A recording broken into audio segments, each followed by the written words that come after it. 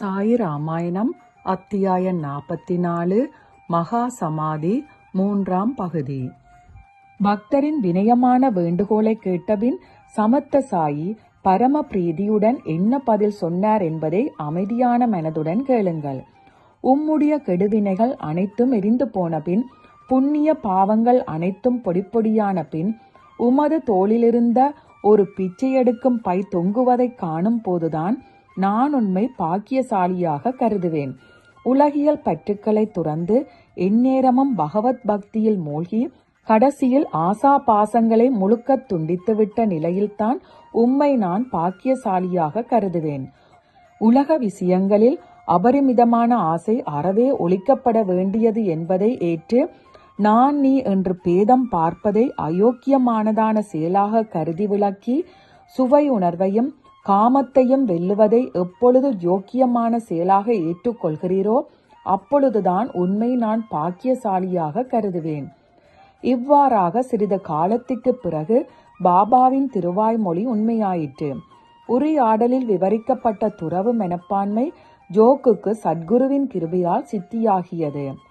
புத்திர சந்ததி பாசங்களிலிருந்து ஏற்கனவே விடுபட்டிருந்த அவருக்கு மனைவியும் நற்கதியடைந்தாள். துறவு மனப்பான்மை இயல்பாக மலர்ந்தது. தேகத்தை சாய்ப்பதற்கு முன்னரே சந்நியாசம் ஏற்றுக்கொண்டார். இந்த ஜோக் ஒரு பாக்கியவான். சாயியின் திருவாய்மொழி சத்தியமாயிற்று. சந்நியாச தர்மத்தை ஏற்று கடைசியில் பிரம்மத்துடன் ஐக்கியமானார். சாயி எவ்வாறெல்லாம் கூறியிருந்தாரோ அவ்வாறெல்லாம் ஜோக்குக்கு பரிணாம முன்னேற்றம் ஏற்பட்டது. சாயியின் வார்த்தைகள் அர்த்தமுள்ளதாயின. ஜோக் பெரும் பாக்கியசாலி அல்லரோ? தாத்பரியம் என்னவென்றால், பாபா தீனதயாளர். ஷிரடியில் இருந்தபடியே பக்தர்களுக்கு மங்களம் விளைவிப்பதை கருத்திற்கொண்டு அமிர்தம் போன்ற போதனையை சரியான சமயத்தில் காலை மதியம் மாலை ஆகிய 3 வேளைகளிலும் அளித்தார். அவற்றை இப்பொழுது கேளுங்கள். யார் என்னை பெரிதும் நேசிக்கிறாரோ அவருடைய பார்வையில் நான் அகண்டமாக இருக்கிறேன். நான் இல்லாது அவருக்கு சிருஷ்டி அனைத்தும் சூன்யமாக தெரியும். அவருடைய வாயிலிருந்து என்னுடைய பெருமை மட்டுமே வெளிவரும். அவர் என்னையே அகண்டமாக தியானம் செய்வார். நாக்கு என்னுடைய நாமத்தை ஜபம் செய்யும். எங்கே போனாலும் எங்கிருந்து வந்தாலும் என்னுடைய சரித்திரத்தையே பாடிக்கொண்டிருப்பார். இவ்வாறு என்னுடன் ஒன்றிய பிறகு செயல் புரிவது செயல் புரியாதிருப்பது இரண்டையுமே மறந்துவிடுவார். எங்கே என்னுடைய சேவையில் இந்த அளவிற்கு பயபக்தி இருக்கிறதோ அங்கேதான் நான் நிரந்தரமாக காத்திருக்கிறேன்.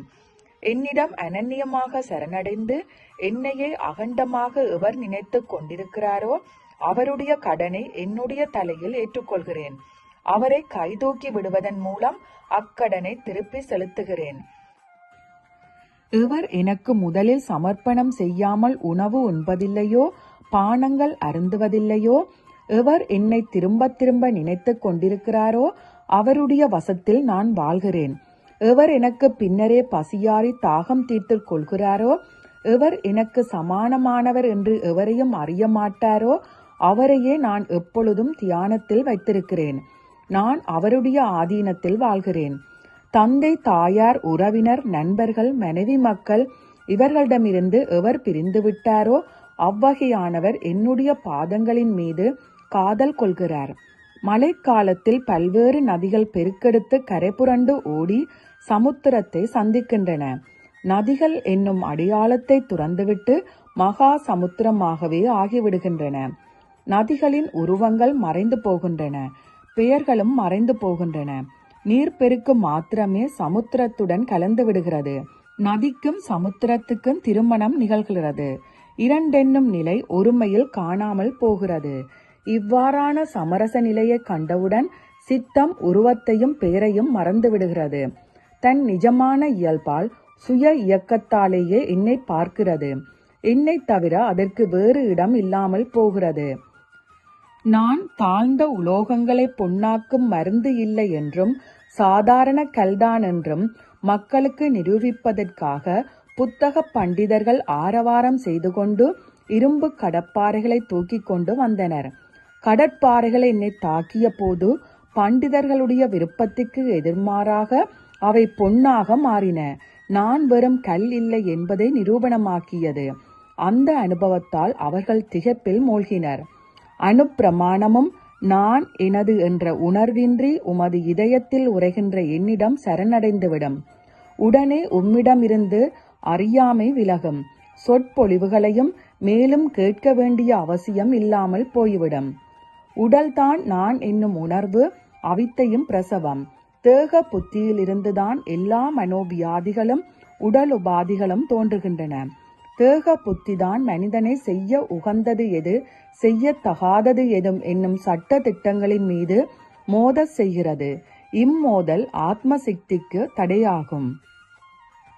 நான் இப்பொழுது எங்கிருக்கிறேன், உம்மை எப்படி சந்திக்க வருவேன் என்றெல்லாம் நீர் கேட்கலாம். ஆனாலும் நான் உமது இதயத்தில் நின்று கொண்டிருக்கிறேன். ஆகவே பிரயாசை ஏதுமின்றியே உம்மை சந்திப்பேன். நீர் கேட்கலாம், யார் இந்த இதயத்தில் வசிப்பவர், அவர் எப்படி இருப்பார், அவருடைய லட்சணங்கள் யாவை, இந்த சாடையை குறிப்பை வைத்து நான் அவரை அடையாளம் காண முடியும் என்று. இப்பொழுது யாரிடம் சென்று சரணடைவது, உம்முடைய இதயத்தில் வசிப்பவர் யார் என்பன பற்றிய தெளிவு நிரம்பிய வியாக்கியானத்தையும் கவனத்தை கொடுத்து கேளும். ஓம் சாய்ராம். எல்லோருக்கும் சுபம் உண்டாகட்டும்.